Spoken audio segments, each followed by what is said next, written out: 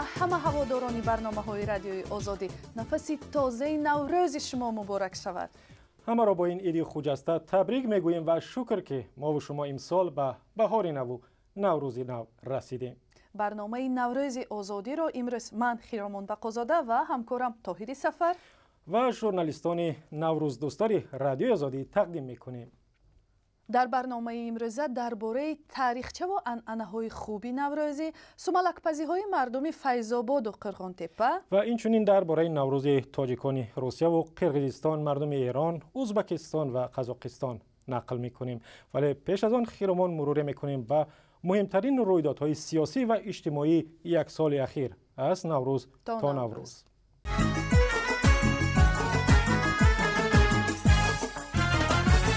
یکی از 5 رویداد مهم بین دو نوروز در عرفه عید امسال اتفاق افتاد. اول ماه مارس در انتخابات پارلمانی تاجیکستان حزب حاکم خلقی دموکراتی و حزب‌های دیگری طرفدار حکومت صاحب کرسی‌های مجلس نمایندگان شدند و یگان نفر از حزب‌های مخالف به مجلس نمایندگان راه نیافت. حزب نهضت اسلامی و کمونیست گفتند که این نتیجه ها را قبول ندارند و رای دهی با تخلف گذشته است. ناظران سازمان امنیت و همکاری اروپا گفتند انتخابات در فضای آرام و صلح‌آمیز جریان گرفت ولی به رقابت بود و در آن از ذخیره‌های معماری و برخی قانون‌شکنی‌ها فراوان استفاده شد. شب پنجم به 6 مارس در شهر استانبول ترکیه رهبر گروه 24 صاحبکار فراری عمرعلی قواتوف از تیر تفنگ حمله‌گر ناشناس کشته شد. در حالی که مسئولیت این کشتار را هنوز هیچ نفر یا گروهی به دوش نگرفته است، طرفدارانش باور دارند که فعالیت‌های سیاسی قواتوف سبب این کشتار شده است. بعد مرگ قواتوف رهبری این گروه مخالف حکومت را صاحبکار دیگری نوروزی شراف‌الدین گدایف به عهده گرفت. در اکتبر سال 2014 در آستانه میتینگ برگزار نشده با دعوت این سازمان دادگاه عالی فعالیت گروه 24 را چون یک سازمان اکستریمیستی ممنوع اعلام کرد. شرکت شهروندان تاجیکستان در جنگ‌های سوریه و عراق یکی از مسائل جدی مورد نگرانی مقامات و هم اعضای جامعه تاجیکستان در یک سال اخیر بود. در حالی که شماره تاجیکستانی‌های جهادی نه کمتر از 300 نفر گفته می‌شود، تا حال مرگ 19 نفر آنها تصدیق و رسانه‌ای شده است. تنها از روستای چرقشلاق اسفره 20 نفر به جنگ سوریه رفتند.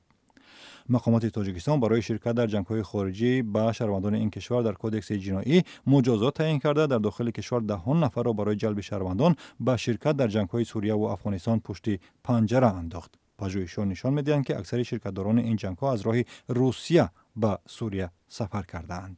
از احتمال دور نیست که شدید شدن قانون مهاجرت از آغاز سال 2015 شماری بیشتری مهاجران کاری را از کار در روسیه دل سرد کند. در روسیه از آغاز سال پاتنت کاری برای همه گروه‌های کارگران خارجی در برابر سپردن امتحان تاریخ و زبان روسی حتمی شد، ولی این قانون یکباره حضور کارجویان خارجی را کم کرد. حساب‌های تخمینی حاکی است که تنها در 2 ماه سرگردانی‌های مهاجران تاجیک قانون نو برایشان 80 میلیون دلار زیان آورده است. اخیراً روسیه مجبور شد سبوکی در تطبیق این مقررات جاری کرده با مهاجران صاحب پاتنت از سال 2014 اجازت کار در قلمروش را فراهم آورد.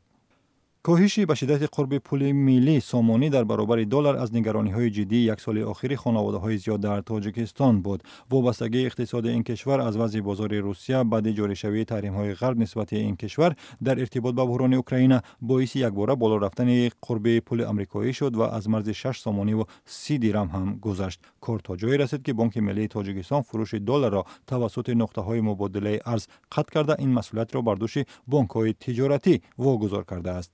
از نوروز سال 2014 تا نوروز امسال سامانی 30% ارزش خود را از دست داد.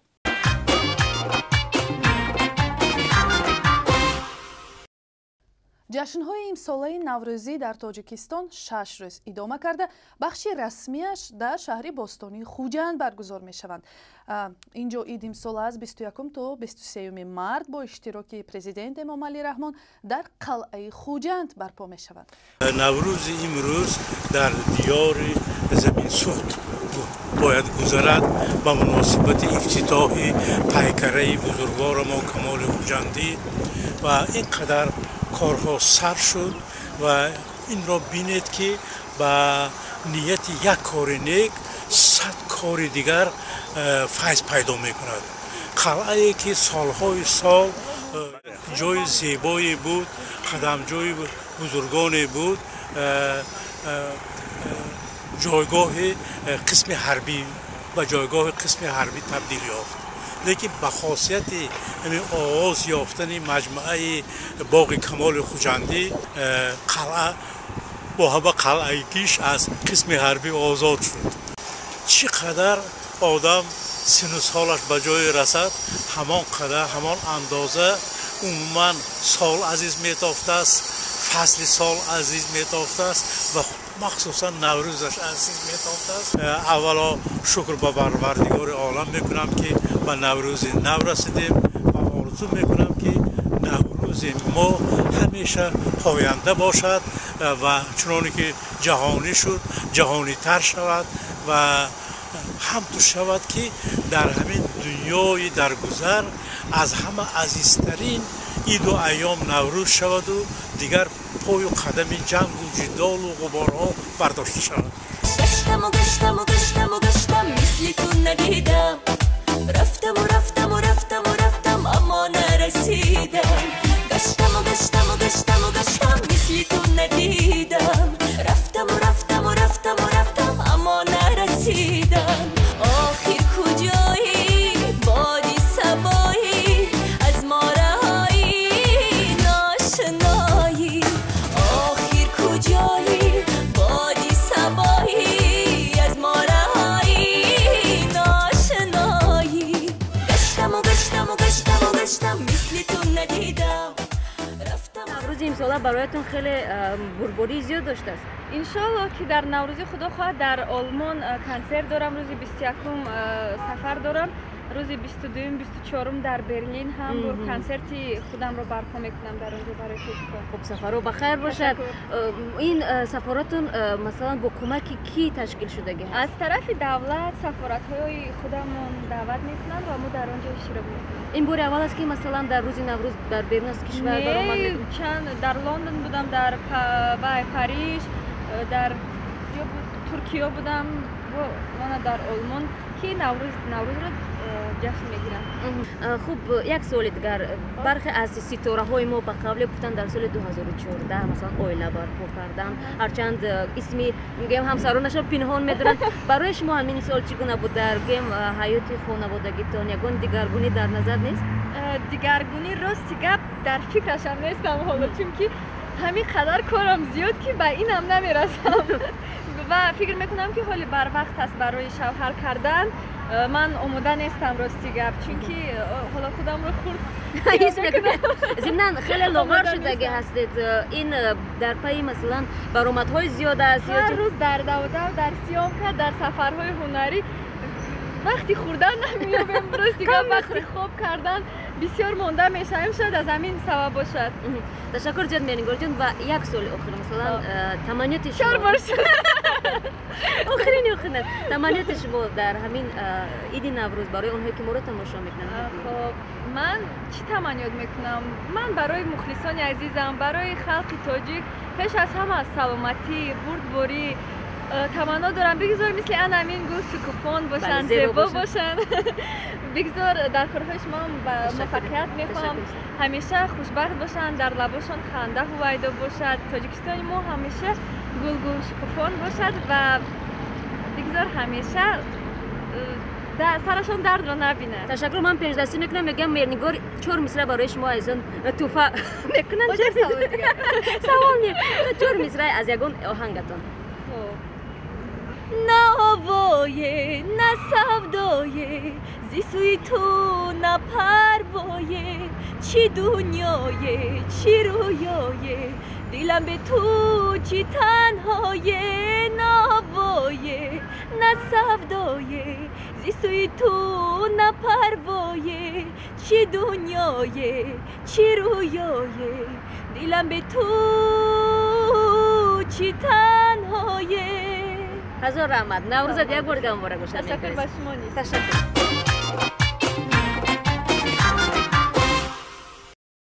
ضمناً در نوروز تاجیکستان مهمان‌های خارجی بلندپایه هم در نظر است اشتراک کنند. طاهر، هرچند اسمی نه همه این مهمان‌ها حالا معلوم است، ولی طوری یکی از معروفترین طراحان لباس ملی میگوید برای اندازه‌های معینی مهمان‌های نوروزی را دادند تا که برایشان لباس نوروزی تهیه کنند. واقعاً چه جالب خیرامان این لباس‌ها چگونه باشند؟ هنوز نمیدونم تعریفش رو، ولی بسیار شنیدم. می‌بینیم. در این لباس ها شما دیده ایستادید که یک عکس های پرنده های فلسفوی تخیلاتی هستند اینجا. این لباس ها البته لباس های آثارخانگی است. این لباس ها تنها برای مردمی که برای تاجیکستان همچون یک مهمان افتخاری و فخری می آیند از طرف رئیس جمهور هدیه کرده می شود. برای همین مقصد این لباس ها آفریده می شود و مثلا این گونه لباس ها رو ما برای امپراتوری ژاپن داشتیم، برای شاه قطر داشتیم، برای تمام رئیس های جمهوری که در تاجیکستان در مهمانی ما بودن و من گمان میکنم که این لباس ها هم باید دور زمانی امروز ما رو برای آینده ها سرایت با زبان زرگری خود است. من خوشبختم که از این لباس برای جناب عالی داشتم. از این لباس یکی از در خاندان رئیس جمهور من هست. خواستم که همین پرنده ها نگهبانش باشند، پرستارش باشند و برای زندگی خیلی دشوارشان کمک کند.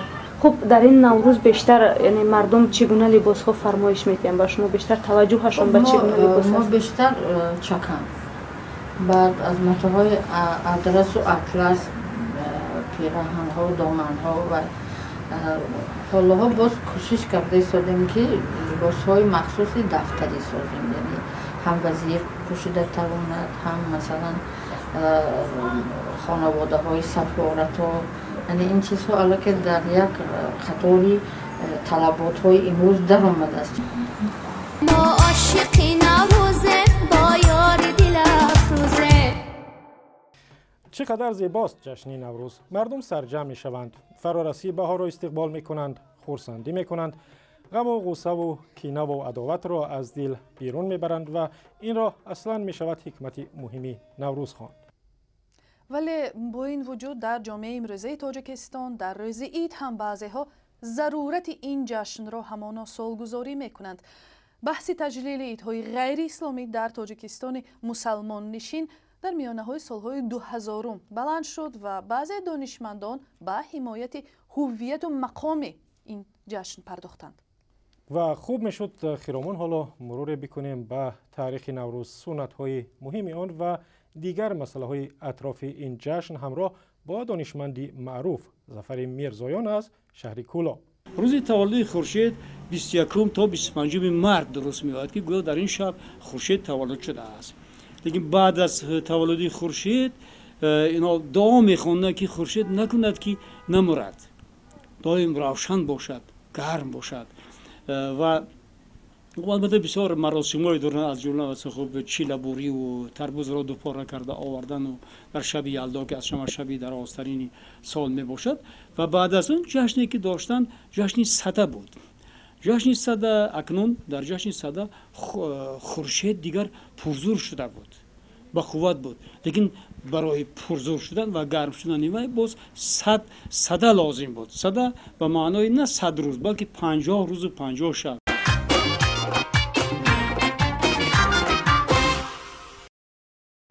موسم نوروز دوره آرزو و نیت‌های تازه است. مثلا شما چه آرزو دارید طاهر؟ من آرزو دارم که همه پیش از همه صحت و سلامت و تندرست باشند و هر روزشون با شادمانی و خرسندی بگذرد. من باشم در این شب و روز پیش از همه درباره مادرم فکر میکنم. آرزو دارم مادرم و همه عزیزانم سلامت باشند و سال نو برای عائله ما یک سال موفق و آسوده و خوشبخت باشد. الهی آمین. خدا کند که همه به چنین آرزوهایمان برسیم. و حالا از راهگذران دوشنبه میپرسیم که در نوروز نو چه آرزو دارند؟ آرزو دارم که تا امسال ماشین دار شوم. چرا نه؟ من آرزو دارم که امسال خیلی خانه دار شویم. کسی که خانه دار نیست. آرزو دارم که دانشگاه رو ختم کرده با بهای خوب بالا صاحب کسب و کاری ناز گردم. نه کار در درآمده هستم. آرزو دارم که همین فرمان من برآمده ایستاده. آرزو دارم که همین فرمان برای کار ما دوام بیاره. شخصا خودم آرزوی او را داشتم که امسال سال عائله اعلان شده است. عائله ما هم یکی از عائله‌های بهترین باشد. فرزندان ما در ساحه‌های مختلفی جمهوری خدمت کنند به خلق وطن. آرزوی من همین است. آرزوی من همین است که اقتصادیات تاجیکستان پیش رود، مردم تواند زندگی خود را خوب کند. یک مسئله از همه مهم پرابلم مهاجران.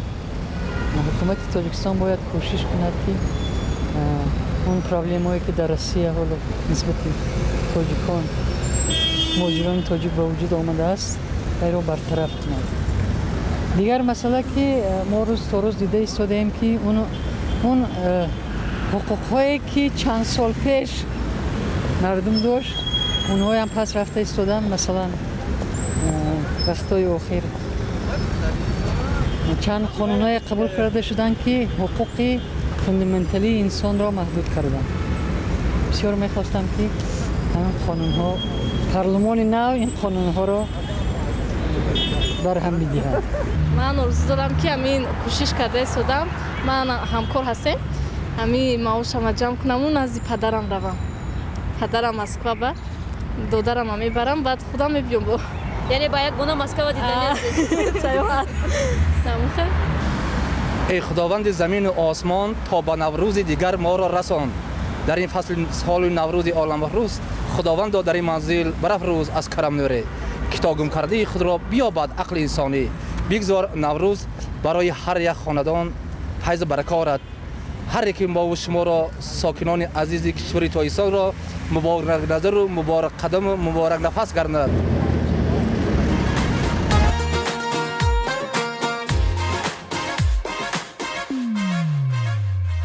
چشم یار به چشم من گرفتار، مرا باشد خریدار، خمار آلود این شب‌های تردار.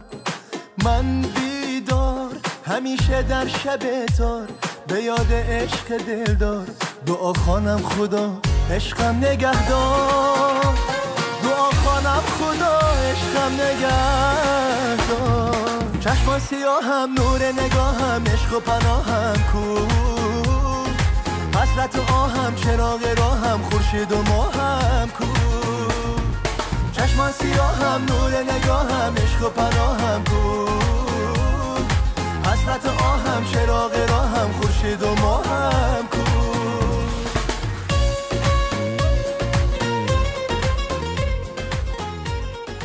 فصل نوروز بسیار برای یعنی این یک ایدی مسلمانان است. من اولا تمام مسلمانان دنیا را، تمام فارسی زبانای دنیا را، تمام مردم تاجیکستان و خارج از کشور تاجیکایی که از تاجیکستان بیرون هستند، همه آنها را با فرارسی نوروز عالم افروز از صمیم قلب مبارکباد میگم. بذار یک نوروز برای مردم مسلمان، برای مردم فارسی زبانان، برای مردم تاجیکستان یک سال نیکویی آرد و سال پربرار برای مردم مسلمانان باشد و از صدق دل به همه مسلمانان دنیا، به تمام فارسی زبانان دنیا، به تمام تاجیک و تاجیکستان و تاجیک زبانان دنیا نوروز عالم افروز مبارک باشد.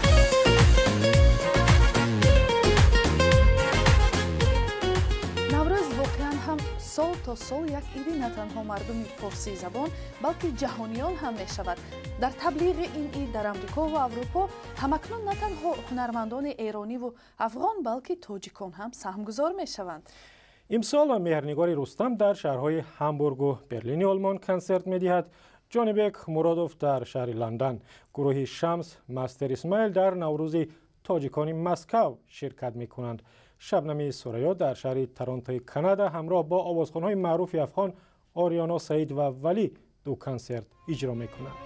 آوازخوان‌های معروف دیگری ما که در نوروز تاجیکستان خدمت می‌کنند حالا با تمنیات ایدانه خود نزد شما تماشاگران عزیز آمدند. خواهی که یابی کام‌ها خالی شوی از دام‌ها، در دشت‌های گل بسر آغازها انجام‌ها. خواهی که یابی کام‌ها خالی شوی از دام‌ها، در دشت‌های گل بسر آغازها انجام‌ها.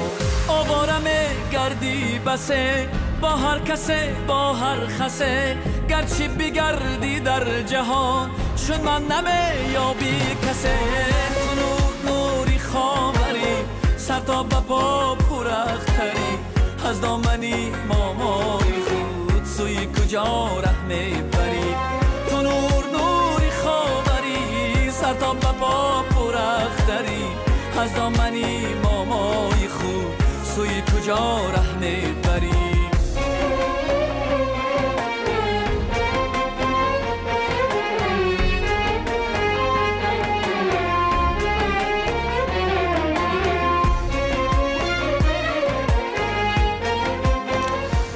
آرزو دارم که خانه همه هموطنان عزیز آباد باشد، تینجی باشد و همه وقت سرودهای ما در گوش شنوندگان باشد. البته که همه جا تینجی باشد، سرود هم به گوش البته خوش می‌دارد.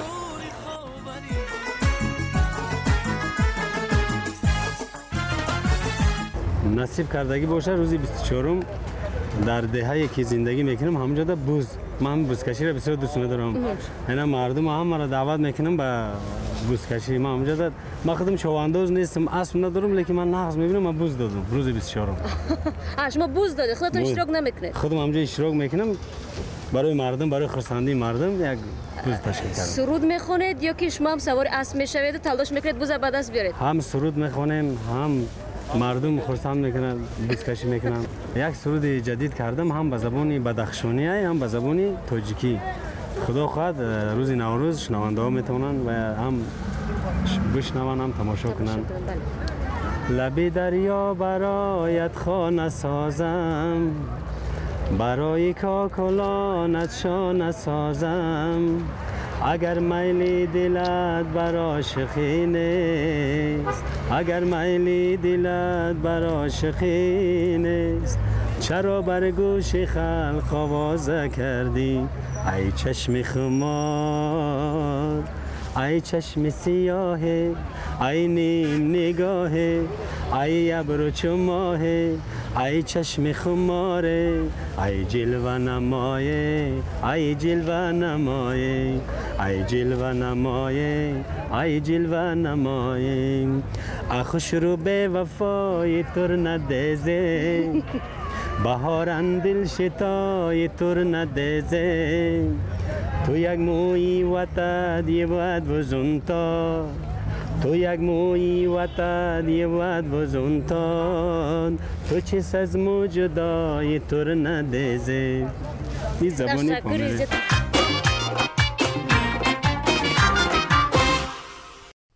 عید نوروز در تمام منزل‌های تاجیکستانیان تجلیل می شود. از صبح بر وقت صاحبخانه‌ها دسترخوان عیدانه می آرایند. هر نفری از در آمده را سر این دسترخوان می نشانند. اکثر خانواده ها تلاش میکنند این دسترخوان را با رعایت آیین هفت‌سین و هفت‌چین آرا بدهند. شیرینی های زیاد میپزند، ولی اگر واقع بینانه گپ زنیم طاهر معلوم است که در این یک سال اخیر قیمت انواع غذا در تاجیکستان با سبب بالاروی نرخ دلار و تاثیر بحران اقتصادی روسیه خیلی تغییر یافته است. بله، و نه همه شاید توانستند خواست دل خود را برآورده کنند و دسترخوانشان را با تمام شکوهش بیارایند. قیمت یک دسترخوان عیدانه نوروزی چند است؟ به این سوال همکاری ما امریدین عالم تلاش کرد که پاسخ پیدا کند. زیبا زایرова ساکن 70 ساله یکی از نواحی اطراف دوشنبه هر سال در عرفه نوروز شخصا به بازار آمده خرید عیدانه میکند. به قول او از خرید نوروزی نسبت به دیگر عیدها همیانش کم خراب می شود، ولی گرانی نرخ‌ها را در این سال الکی احساس میکند. خیلی این سال همه میدونن که کمتر قیمتیه. سالی پیشتر همین 34 سوم بود. بازار اینو نگاه که چند قیمت شده. خیلی خیلی میکنی. ایوی هم همون پایان میرم خیلی میارم. به اندازه گرانی نرخ در بازار به اون باعث گردید که خانم زیبا نتوانست با پول آورده‌اش همه محصولات ضروریش را خرید نماید.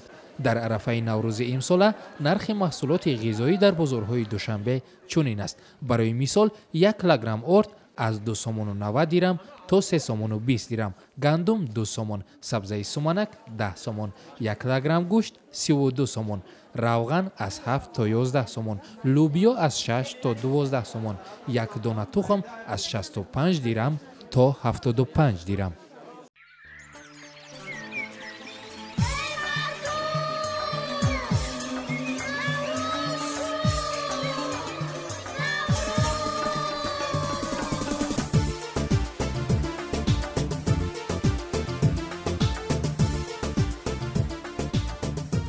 این شب و روز تمام گوشه و کنار تاجیکستان در محله و دهات در شهرجاها عید را با اجرای مهمترین رکن آن سوملک پزی قید میکنند.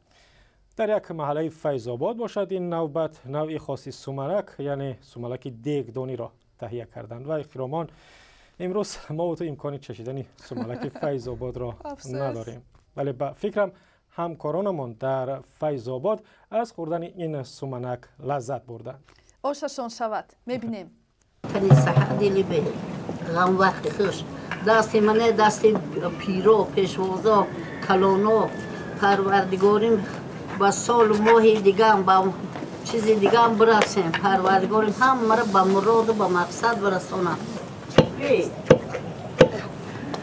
بیننده عزیز ما در دهه جوانان ناحیه فیض آباد قرار داریم. پیران روزگار دیده این دهه نوروز رو انا با همین شیوه پیشواز میگیرن. ما هر سال یک کاسه کدر میگیریم، سمنا یک کاسه چینی یا که 2 کاسه چینی گندم رو جفت شستا تازه کردم در سمنا میمونیم.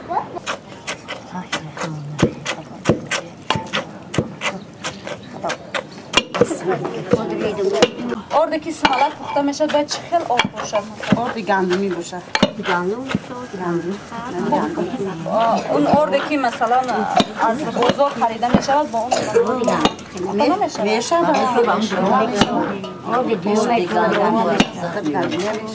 اما چرا معمولا آرد گندم باید میشود؟ برای که با آرد گندم باید با مزه تمیزی نه هیچ نمیشود.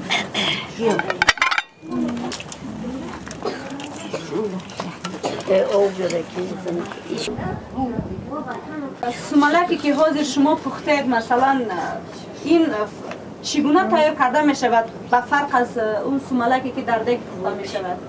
در دیگ میندازی آب میکتیم میپالی قطعی آب در دیگ میندازی اوستا کفتن میگیری کفتن میگوتلا می شود او سمنکی دیگی اوتلگی میگن این سمنکی اینو توگی میگن کشگی انا او را میندازی با میگیری با روغن میرسی در گلاش میخری این را با مسکه میمولی میخری این را میشوری رنگ اینم زولی خمیر بولی کم میگیری علاوه راست میکنی در میشوری رنگ خمیر بولی و راست میکنی هم توسطن کنچه میگیری در روی تمام با میمونی علاوه بازو میپازه و میخری تیار میشود.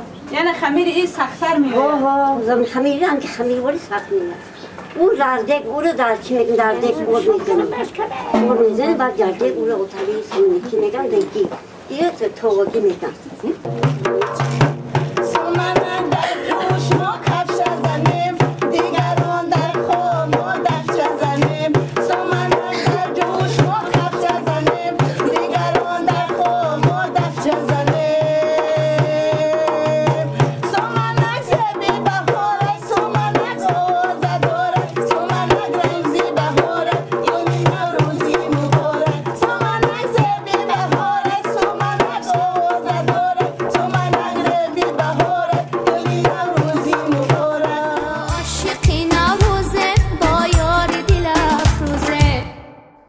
نوروز جشن قدیمه مردم فارسی زبان از جانب یونسکو مقام بین المللی را کسب کرده است، ولی در برابر ساکنان تاجیکستان و افغانستان مردم ایران خود را میراثبر اصلی این جشن مینامند. و حق هم دارند. من دوستان زیادی ایرانی دارم خیرامان و میدونم که توجه آنها بر رسم و اینهای نوروزی هرچند خیلی به ما مانند است، عین زمان تفاوت‌های اندک هم در خود دارد. مثلا برگزاری جشن چهارشنبه سوری در آستانه نوروز یا آراستن دسترخوان از روی قاعده 7 سین و 7 چین اینجا بهتر رعایت می شود. خیلی خوب است طاهر. پس شما نوروز دوستان ایرانیتان را یادآوری کنید، ولی من باشم شما را به مهمانی واقعی ایرانی های پراگ میبرم. جدی؟ بله، من در مهمانی خانم بنفشه رمضانی بودم و حالا این گزارش را به شما نمایش میدهم. ببینیم. السلام علیکم خانم بنفشه. نوروزتان مبارک شود. نوروز خوبی داشته باشید. تشکر. عید شما هم مبارک. تماشابینان ارجمند برنامه نوروز آزادی، من حالا در مهمانی خانم خیلی زیبای ایرانی هستم، بنفشه رمضانی. آن کس ما را دعوت کردند تا که با بهترین سنت نوروزی خانه هفت‌سین و هفت‌شین خود ما را شناس کنند. تشکر برای دعوتتان. من واقعا هم خودم شخصا به طاهر هم این را میگویم که در استودیو منتظر من است. من خودم هم بار اول در جشن نوروز یک خانواده ایرانی هستم و برای من شخصا خیلی جالب است ببینم که میزی دسترخوان ایدانه شما از چی عبارت است. ما سفره نوروز خودمون اول از همه آینه و قرآن میبریم، یعنی کتاب مقدسمون. برای من که مسلمان هستم قرآن میذارم. برای دوستانی که زرتشتی هستن، البته زرتشتیان به این شکل نداشتن، ولی اونایی که حالا آینه پاس میدارن الان کتاب مقدس خودشونو میذارن. اگر دوستان ارامنه یا یهودی هم این آیین رو بخوام پاس بدارن با کتاب مقدس خودشون این در ایران همینطور است. بله، ولی مهمتر از همه اینا کتاب حافظ ما هستش که کنار کتاب قرآن ما میادش و حالا بعد فول حافظ میگیریم. آب میذاریم به نماد روشنایی. توی آبم معمولا چند برگ گل میندازن، شم میذارن و شم رو روشن میکنن.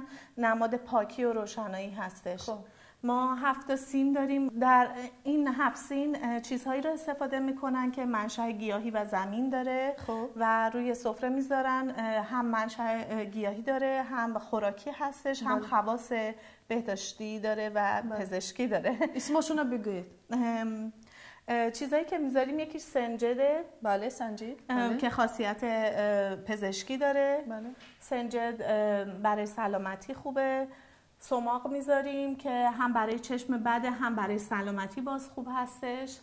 بعد از این 7 سین اگه اجازه بدین من جامو تغییر بدم. سمنو هستش که برای شیرینی گذاشته میشه، شیرین بودن کام شما تا آخر سال سر سفره میاد. سرکه هستش که به مفهوم این هستش که شما برای به دست آوردن هر چیز خوبی باید زمانی رو براش صبر بکنی. بعد سیر میذارن که باز منشأ سلامتی داره. سنبل و سبزه یکی از مهمترین قسمت ها هست، حتما میاد روی سفره ما. سیب میذارن که بازم برای سلامتی. سکه میذارن برای روزی، معمولا هم جلوی آینه یا کنار آب میذارنش که روزی رو زیاد بکنه و برکت به زندگی بیادش. بعد دیگه کنار شم میذارن، ماهی میذارن. سنبلم که خدمتون گفتم برای گل میچینن، گلارایی میکنن. ماهی به کدام معناست؟ زمان تحویل سال این حیوان متوجه این تغییر حال زمین میشه و در جای خودش ثابت وای میسته. حالا درست یا غلطش پای اونا. جالبه. ولی هم به معنای زندگی هم هستش، هم یه جور روشنی و برکت هم هستش چون آب داره. تشکر. خیلی زیبا هستین. میز شما خیلی زیبا است. و گلای بهاری میذاریم دیگه. گلای بهاری لاله هستش و سنبل هست، حتما باید داشته باشیم به مفهوم شکوفایی و روشنی. من حالا از شما بنفشه عزیز خواهش میکنم برای مردم تاجیکستان یک فول حافظ بگیریم. بله، خواهش میکنم. میشود؟ بله، نیت کنم همه دوستان. خب تماشابینان ارجمند، شما در پشت نوار نیت کنید. من از اینجا یک نیت خوب میکنم.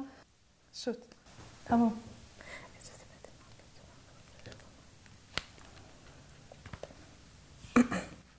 نفس باد صبا مشک فشان خواهد شد. عالم پیر دگر باره جوان خواهد شد. ارغوان جام عقیقی به سمن خواهد داد. چشم نرگس به شقایق نگران خواهد شد. این تطاول که کشید از غم هجران بلبل، تا سراپرده گل نعره زنان خواهد شد. گرز مسجد به خرابات شدم خورده مگیر، مجلس وعظ دراز است و زمان خواهد شد. ای دل ار اشرت امروز به فردا فکنی، مایه نقد بقا را که زمان خواهد شد. ماه شعبان منه از دست قدح کین خورشید، از نظر تا شب عید رمضان خواهد شد. گل عزیز است غنیمت شمریدش صحبت، که به باغ آمد از این ره برزان در خواهد شد. مطربا مجلس انس است غزل خوان و سرود، چند گویی که چنین رفت و چنان خواهد شد. حافظ از بهر تو آمد سوی اقلیم وجود، قدمی نه به وداعش که روان خواهد شد. تشکر. هر کس باید به طور خودش قبول کند، اما من خیلی خوب قبول کردم گفته های حافظ را. فکر میکنم باید سال خیلی خوبه باشد برای مردم تاجیکستان، برای تماشابینان این برنامه نوروزی ما، برای خاندان شما. بنفشه عزیز بار دیگر تشکر که ما رو دعوت کردید. من آرزوی سال خوبی و پربرکتی رو برای همه دوستان دارم در تاجیکستان و در اینجا که در خدمت شما بودیم. تشکر زیاد به شما. تماشابینان ارجمند، این کس را در خاطر بگیرید، شاید که سال آینده هم ما مهمان این کس شویم. انشالله در خدمت هستیم. ما عاشقی نوروزه با یار دل افروزه. برنامه نوروزی آزادی را ادامه می دهیم و مگر می شود که این جشن بدون شعر خوبی نوروزی بگذرد؟ شاعره معروف تاجیک شهریه احتمزاد با چکیده های نوروزی خود مهمان برنامه نوروزی آزادی است. نوبهار آمده با نکهت جان دف بزنیم، گرد آتشکده پیر مغان دف بزنیم.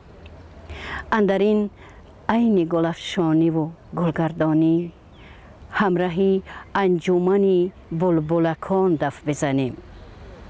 بر خیابان پر از خنده گلها برویم، سبز در سبز همه پیر و جوان دف بزنیم.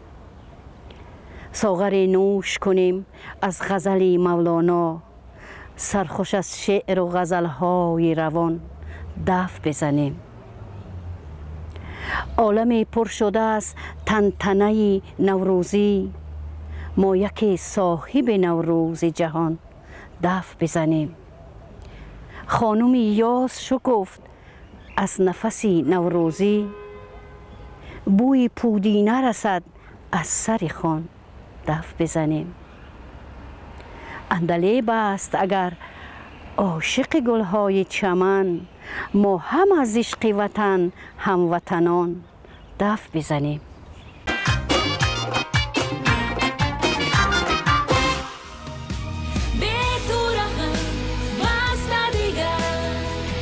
بسوی خوشی کنو از من کی روی وابسته شود، بنا خوشی کنو به تو رهم بسته دیگر.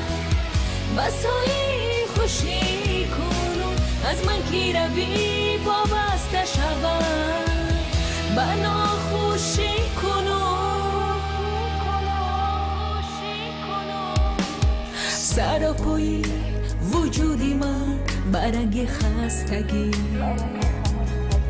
دلم مثالی کودکه سخیر و بکس و اسیر. با جانبی در هوس همه دوزم نگاه، که شاید ناگهان آیی بیا که میشوم دلگیر.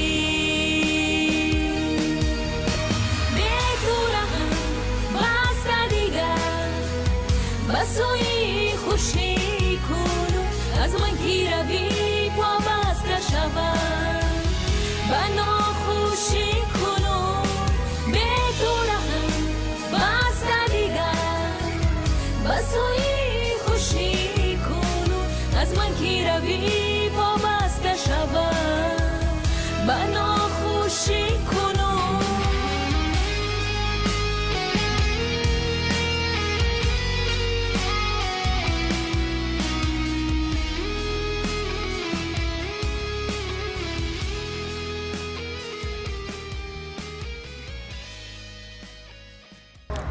تمام مردم تاجیک را با فرارسی نوروز خجستپای تبریک و مبارکباد گفتم. با همه هموطنان و تاجیکان دنیا سرسبزی و خرمی، بخت و سعادت و شادی و نشاط را تمنا می کنم. لبانت قند و دندانت نبات است، دهانت چشمه آبی زلال است، دهانت چشمه آبی زلال است. چرا از درد دل میمیرد عاشق، دوای درد دل آبی نبات است، دوای درد دل آبی نبات است. نوروزتان مبارک باشد.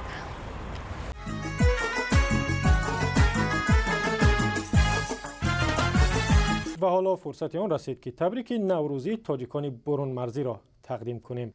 انعنه خوب است در میان تاجیکان قرقیزستان که هر سال نوروز را با ابتکار جمعیت ملی رودکی سرجمانه تجلیل می کنند. در این کشور همسایه تاجیکستان تخمینا 35,000 تاجیک زندگی می کند. السلام علیکم همدیاران همزبانان عزیز و گرامی. پیش از همه اجازه دهید از نام جمعیت تاجیکان قرقیزستان به نام استاد ابا عبدالله رودکی تمام تاجیکان قرقیزستان و تمام تاجیکان دنیا نوروزتان قطعی مبارکباد میکنم. Уважаемые друзья, прежде всего разрешите поздравить таджиков Кыргызстана и таджиков всего мира, те государства, которые отмечают праздник, народный праздник Навруз, поздравить всех прекрасным весенним праздником Навруз. خوشبخت هستیم که در قرقیزستان نوروز جشن ملی اعلان شده است و در سطح خیلی بالا جشن گرفته می شود و طوری که روشنی گذاشتم اظهار داشتند نوروز ما را هم قوم های مختلف قرقیزستان را آسیای میانه را دور هم میارد ما را به همدیگر نزدیک می کند و از این خاطر بنده با عنوان سردبیر نشریه تاجیکی پیام علتا همه همدیاران عزیز را با این جشن زیبا تبریک میگویم و برای همه تاجیکان دنیا، فارسی زبانان دنیا و هر کسی که نوروز را دوست می‌دارد زندگی پربار را آرزومندم. نوروز نوبهاران و گلخان مبارک فریادی اندربان و کودکان مبارک نوروز نوبهاران بر دوستان مبارک فریادی اندربان و کودکان مبارک اومد فصل بهاران پرلاله شد کوساران ما از شادی دویدیم یک دو ملاله چیدیم نوروزتان مبارک نوروزتان مبارک ای دوستان جانی نوروزتان مبارک. و در همین جا برنامه نوروز آزادی به انجام می رسد. برایتان بار دیگر نوروز را مبارکباد می گوییم و تمنای این را داریم که یک سال خوب و پرفیض داشته باشید. با شما در این برنامه من خیرامان بقازاده و همکارم طاهری سفر بودیم. نوروز شما مبارک. نوروز شما مبارک عزیزان.